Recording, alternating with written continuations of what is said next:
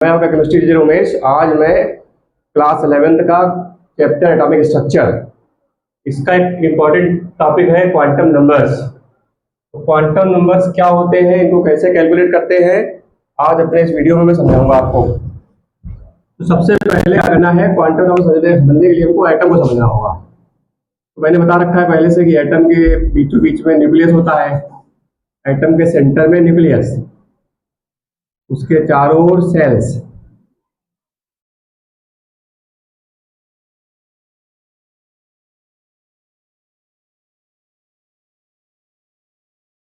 KLMN, first shell, second shell, third shell, fourth shell. और मैंने बताया था सेल के अंदर सब सेल पाई जाती हैं। फर्स्ट सेल में जो सब सेल होता है उसको एस बोलते हैं, इनको एसपी कहते हैं, ये एसपीडी कहलाए, ये एसपीडीएफ कहलाए। ये फर्स्ट सेल का है तो 1s हो जाएगा, ये सेकंड सेल के है 2s 2p, थर्ड सेल का है 3s 3p 3d, fourth cell का है 4s 4p 4d 4a। और आपको मैंने ये भी बता रखा है कि एस सब सेल में एक ऑर्बिटल होती है, टी सब सेल में 3 ऑर्बिटल्स होती हैं, डी सब सेल में 5 ऑर्बिटल्स होती हैं, रेप सब सेल में 7 ऑर्बिटल्स होती हैं।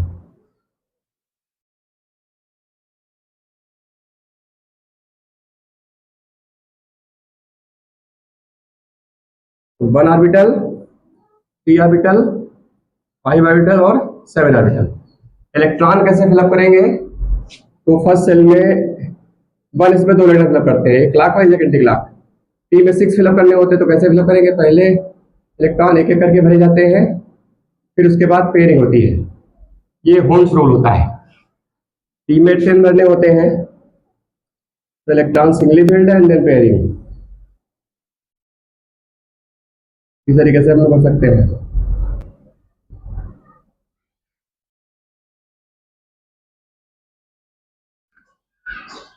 तो ये क्वांटम नंबर्स क्या हैं, तो क्वांटम नंबर वास्तव में किसी एटम में किसी इलेक्ट्रॉन की पोजीशन को डिफाइन करने के नंबर्स हैं।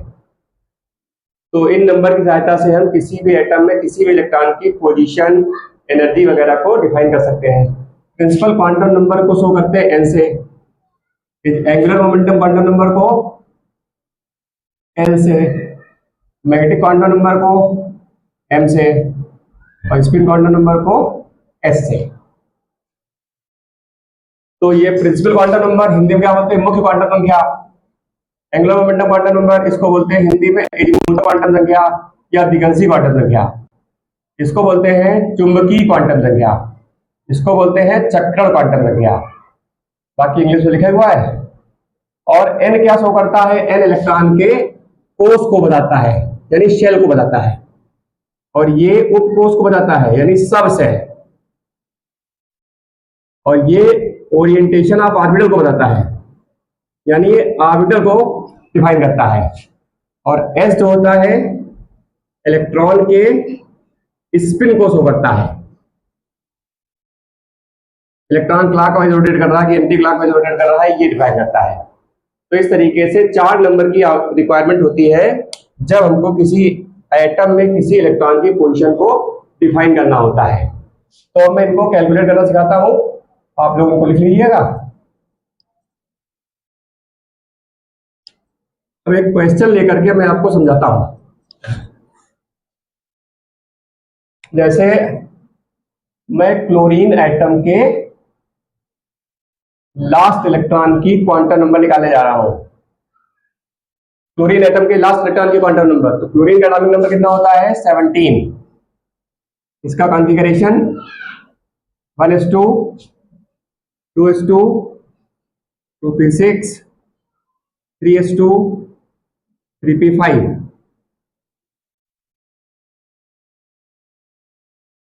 अब इसका ऑर्बिटल कॉन्फ़िगरेशन लिखते हैं।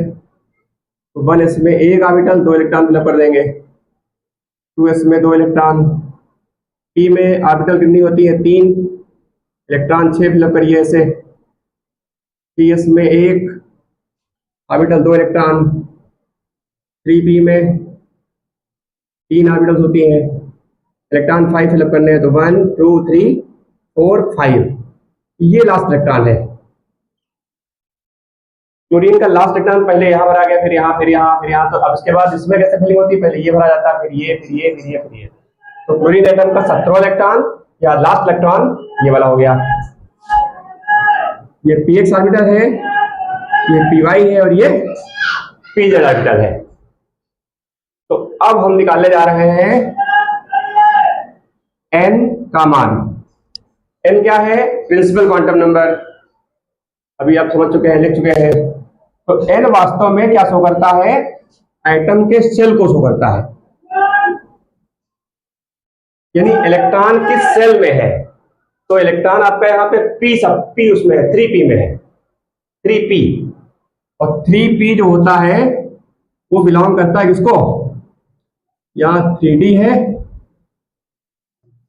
और ये 3p, तो 3p थर्ड सेल को बिलोंग करता है, यानी जो लास्ट इलेक्ट्रॉन है वो 3p में है और 3p किस सेल में है? थर्ड सेल में है।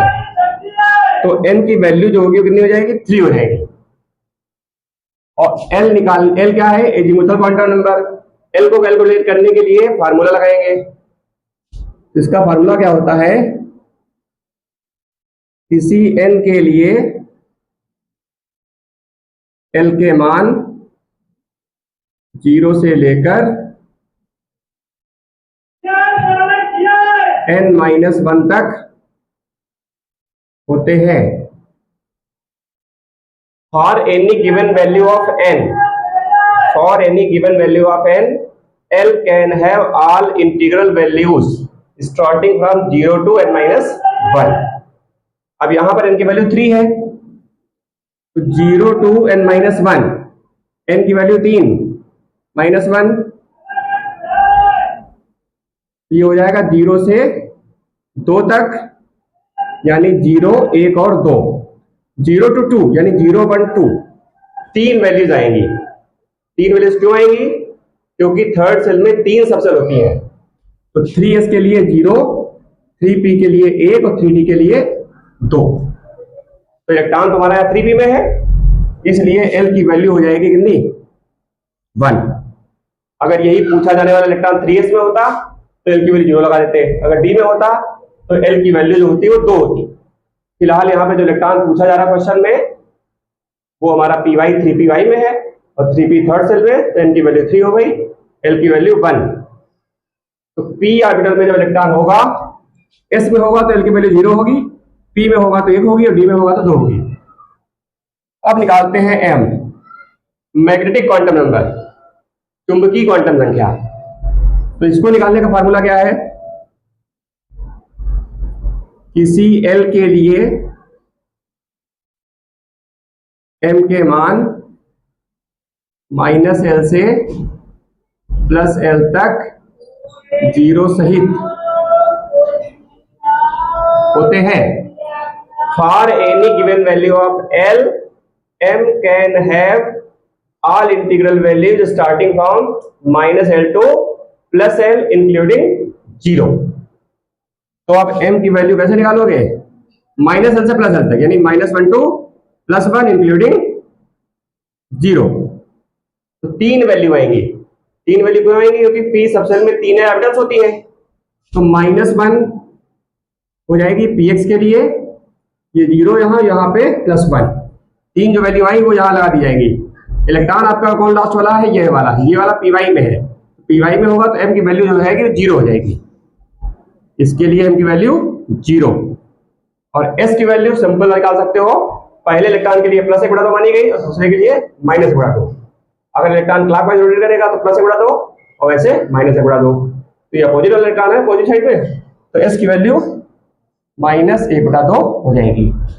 तो इस तरीके से हम क्या कर सकते हैं? किसी भी एटम में किसी भी इलेक्ट्रॉन की क्वांटम नंबर्स को डिफाइन कर सकते हैं। अब एक और एग्जांपल लेते हैं इसका हम।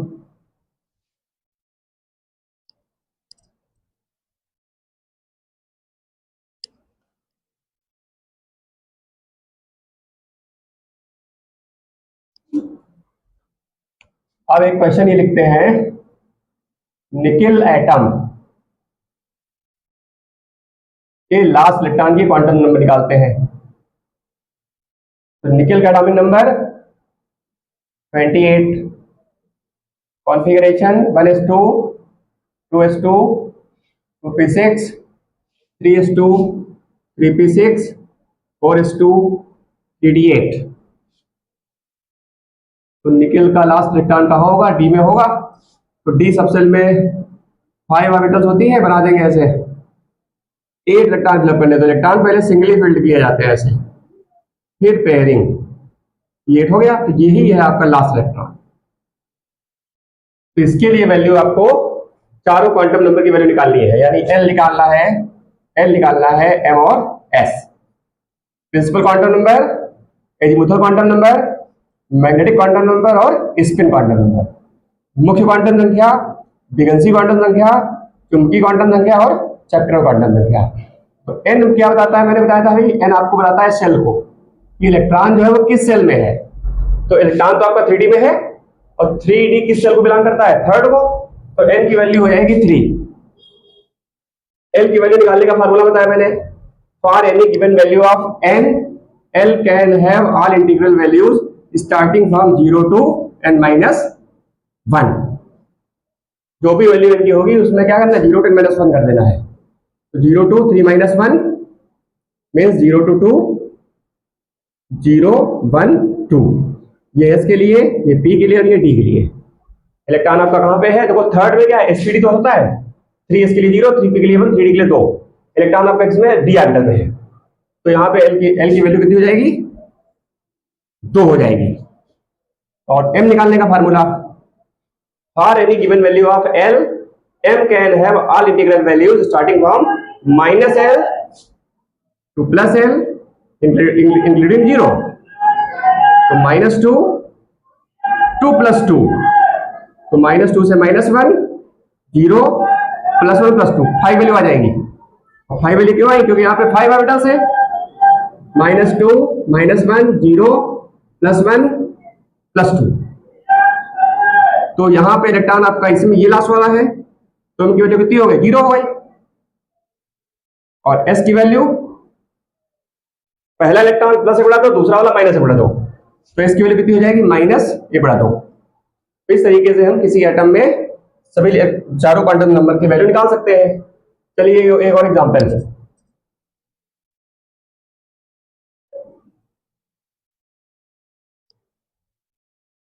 अब निकाले जा रहे हैं पोटेशियम एटम के लास्ट इलेक्ट्रॉन के क्वांटम नंबर्स। के लिए कॉन्फ़िगरेशन लिखिए पहले, 1s2 2s2 2p6 3s2 3p6 4s1। तो इसका लास्ट इलेक्ट्रॉन इसमें आ गया, 4 इसमें आ गया। और एस में ऑर्बिटल 1 होता है, केवल एक इलेक्ट्रॉन यहाँ पे है। तो सबसे पहले एन क्या शो करता है? शेल को। तो 4s कहां पे है? 4s सबसे 4 सेल में होता है। तो एन की वैल्यू कितनी हो जाएगी? 4। यानी जिस सेल में इलेक्ट्रॉन बिलोंग करे, तो जो इलेक्ट्रॉन 19 है, ये लास्ट इलेक्ट्रॉन तो यही वाला है। तो इसकी क्वांटम नंबर निकालने के लिए एन की वैल्यू 4 हो जाएगी। अब एल निकालने का formula, for any given value of N, L can have all integral values starting from 0 to n-1, यानी 0 to 4 - 1, यानी 0 to 3 मीन्स 0 1 2 3। ये एस के लिए, ये पी के लिए, ये डी के लिए और एफ के लिए। एन की वैल्यू जब 4 होगी, तो यहाँ 4 सबसेल होते हैं, तो 4 इसके लिए 0 माना गया, 4p के लिए 1 और डी के लिए 2, इसके लिए 3। तो इलेक्ट्रॉन आपको इसमें है, एस में है, तो एस सबसेल होने के कारण एल की वैल्यू कितनी हो जाएगी? 0 हो जाएगी। और जब एल की वैल्यू 0 होती है, तो एन की वैल्यू भी 0 होती है, क्योंकि एल से हम निकालते कैसे हैं? एल से हम निकालने का formula, for any given value of L, M can have all integral values starting from -l to +l including 0। तो जब एल 0 होता है, तो एम भी 0 हो जाता है। क्यों हो जाता है? क्योंकि जो सबसेल है वही ऑर्बिटल है। देखिए 4s में यही सबसेल होता है, यही ऑर्बिटल होता है, लेकिन p में अलग होता है। p में सबसेल कंबाइंड होता है और ऑर्बिटल्स 3 होती है। जैसे p में कलेक्टिवली होया बोलेंगे p सबसेल, ये क्या है, ऑर्बिटल है, ये क्या है, ऑर्बिटल, ये ऑर्बिटल। 4s के केस में यही ऑर्बिटल यही सबसेल, कोई डिफरेंस नहीं होता है। इसमें क्या है कि p सबसेल में 3 ऑर्बिटल होती है, तो इसलिए s के लिए जो वैल्यू l का होगा वही वैल्यू m का होगा।